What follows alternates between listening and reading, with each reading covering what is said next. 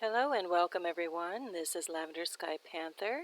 Today is Sunday, May 17th, 2020. And today's topic we're going to go over is just called Red Gator, Red Sister. You'll see why as we get into the show. And this is going to be a collection of images and sky observations and nature observations happening between May 11th through May 16th, 2020. So before we kick it off with the sky observations, we're just having this starter image today is about lemongrass. And before I get there, I would like to say welcome again and warm greetings. Good day, osio, how, buongiorno, guten tag, kia ora, jambo, buenos dias, bonjour, ni hao, dzień dobry, konnichiwa, dobrochnia. And this one I'm trying out debuting today is Annyeonghaseyo, Boa tarde, Dobry den, Aloha Awinala, and Kalimera. So back to our lemongrass. This is just a very simplistic view on how to prepare lemongrass tea or soup. I have planted lemongrass around the area where I live. It's a wonderful plant if it works in your climate. It's very hardy, grows very fast, and produces stalk which can be used not only for teas and soups, but you can also use it as spice rubs, marinades, put it in curry paste, salads, stir fry, and more. I'll go down to some of its properties. It contains antioxidants, vitamins A and C, potassium, and more. Health benefits, I'll let you read. It does do a lot of nice promotion, such as, of healthy skin and hair. It can increase metabolism. It can do a number of things. And as the plant sits in nature, it has some properties which help in repelling mosquitoes. So do look at a whole bunch of other step-by-step sites. I've mentioned a few here that were pretty good on how to prepare this. But the basic, most basic, simplistic instructions on this for lemongrass tea or soup or broth is one, to select the firm pale green stalks and the canes, or the canes at the bottom of the plant. They have kind of a bulbous bottom, and go for the ones that have some fresh tops. Avoid ones that are a little dried out. They can be a little dried out, but don't go for anything that's too dry and nothing that's yellowed. You trim off the leafy grass tops and the bases. If you want, this is optional, you can peel away the tough outer layers to get to the tender inner stalk. You chop everything up, the grass and the stalks, you heat up the water, you boil it, you add the stalks and grass, you steep it for 10 to 15 minutes, and then you strain the mixture and then add other ingredients to taste if you wish. So that's kind of the basics. But again, do look at the other sites. They go through much more detail and they're very interesting. Okay, so the first sky observation image I'm just calling Sun Iris. This was just from the other day, looking west towards sunset, at sunset. And what I found was very interesting was in the first view that I took with the camera as it focused, it turned things a little more pale. The second time I took it, a split second later, it got more golden. The real appearance of the sun was more in this golden direction, but I posted both because in this paler version it was really cool. You can see the pink and the greens. Again, emanating from this. And in a previous show, I talked about the pinks and greens aligning with the heart chakras. Here, this looks like more like a dragon eye. Just looks to me really cool, like the iris color part of the eye. So I did that just kind of for fun effect today. Okay, now this is an image of a cumulus kind of cloud forming. Now this reminds me of the clouds that we used to see decades ago, where things would build up in this very puffy, direction. And then you'd even get like an anvil top, and we used to call those thunderheads. Haven't seen those in quite a long time, I'd have to say, a couple decades. So I got all excited when I started seeing this form emerging. I haven't seen anything like that in our skies for quite a while.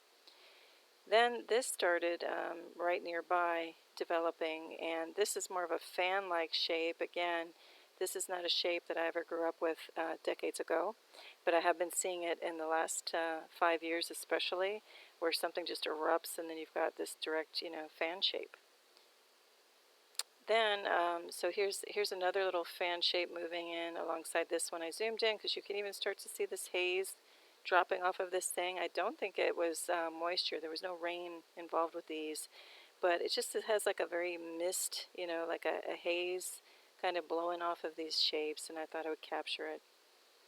Here it is panning a little more toward the west. So again, here you see that mist dropping off You have this very distinct fan shape with a curve.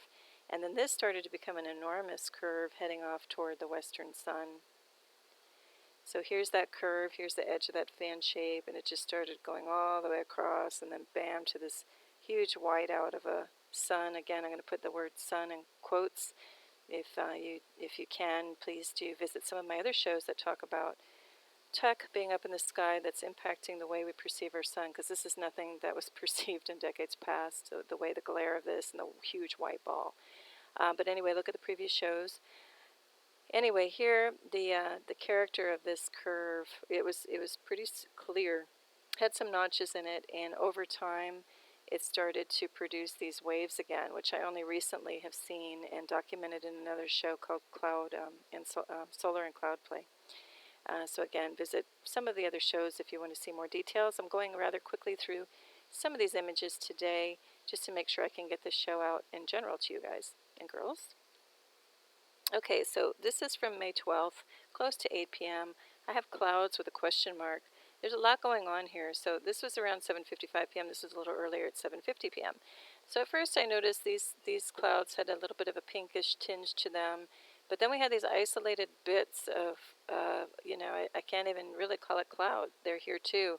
They just localize, appear on the spot, and they have a very distinct, form and texture, and yet in this case, they're marching along at seemingly equal intervals, so I can't quite pinpoint what the heck is going on with these things, because right in the exact same locale, you have these like gray isolated puffs of a cloud. It isn't really a cloud when you look at the shape, and the same thing happening here. So anyway, I just put that out as a curiosity. I don't have any answers on what exactly is causing this at the same time as this in the same field, but putting it there. If any of you have any good ideas of what could be happening here, by all means, let me know. And if not, let's just hopefully figure out what's going on eventually one day here. Okay, now this was on May 13th. One of these was happening a little bit after 2 p.m. in the afternoon. Then 3 hours later, this was happening. So again, I talked about this in the previous show before this one, plus again on the show where I talk about illusions and objects and tech being up near our sun. You'll see it as well. So here, I just have, sun, and there's an outcropping or another object there. And again, in my show immediately prior to this one, you see it also, sun and object. So 3 hours later, when you get some of the darker clouds moving in, that's when it highlights some of these objects happening when there's too much of a blurred field or too much light. So here we go. This little object is this one being isolated, with presumably the bigger sun happening beyond it. Okay, now here's the fun part. There was a cloud gator, very clear cloud gator emerging. So at first it was just this clump of clouds that were becoming very interesting, just in the form, and then later some color, beautiful color from the western sunset kicked in. There's a lot of very red activity happening to the west on this particular sunset. This was yesterday evening. Now the strange thing is there's like a darker shadow happening here right before what would be the snout. So if you don't see it, it's a gator with its mouth open. Here's the eye and the mouth, the jawline. And so that was just kind of strange about what was this darker cloud happening right above what we'll just call the snout. Then here's a zoom in, and I did wait on purpose intentionally. There was a plane coming in from the west, so I had to catch it to make it look like the gator's eating the plane. I just had to. Anyway, that's just a little tongue-in-cheek, little joke for now. But anyway, it was just amazing how the natural light was illuminating this to look very glassy like an eye. Just to me, it was an undeniable sky cloud gator, so I thought it'd be fun to catch. Now, that was at 8:04, and 7 minutes later, this is what that gator turned into. So it became more red as the sun over here to the west was setting, much more red. Then this kind of elliptical cloud appeared as well. It was a little odd. There was a lot of strange activity happening, and things were morphing pretty fast, as you can see. So here's just a close-up where you can see the plane and the cloud gator. That's not photoshopped. It was flying along, and I just snapped it as it was crossing the quote-unquote mouth. But there you go. All right, then a little bit later on in the evening, I caught this because the sky really did look this color. It was atypical, so we don't usually see the light in the west look this blue, this vibrant and blue. Now I'm calling this quote-unquote Venus. It's been in our northern hemisphere, western sky, for months on end now, and it just seems to get brighter and closer, every week. So I'm not really sure if that is Venus or some other planetary or celestial body, or moon or something. But to me, it's not really behaving like the planet Venus would behave in our skies for such a prolonged period. But if anybody else has any comments or knows any more on that, kindly let me know in the comment section below. Okay, now this is just called from the ground up, so just looking around, like I always like to say, after we've looked up into the sky for a while, I like to ground us back down into nature. And this was just an interesting grouping of fungi at the base of a tea plant, and I'll get into what the tea looks like in the next slide. And this was just some orchids.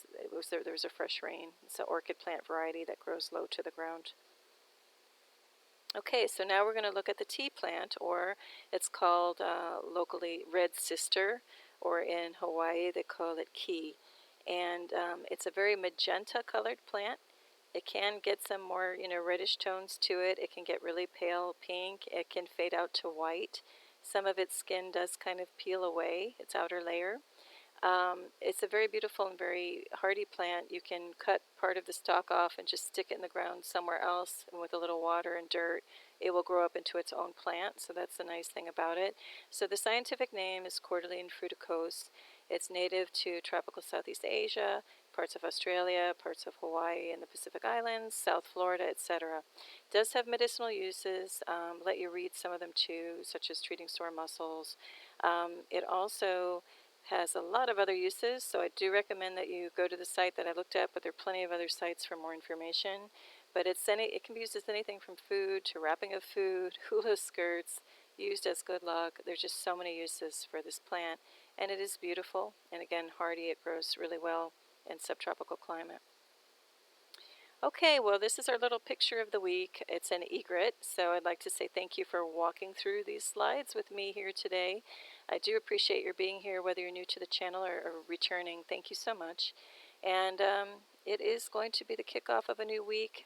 Wish you for right now, beautiful day or evening, wherever you are in the world.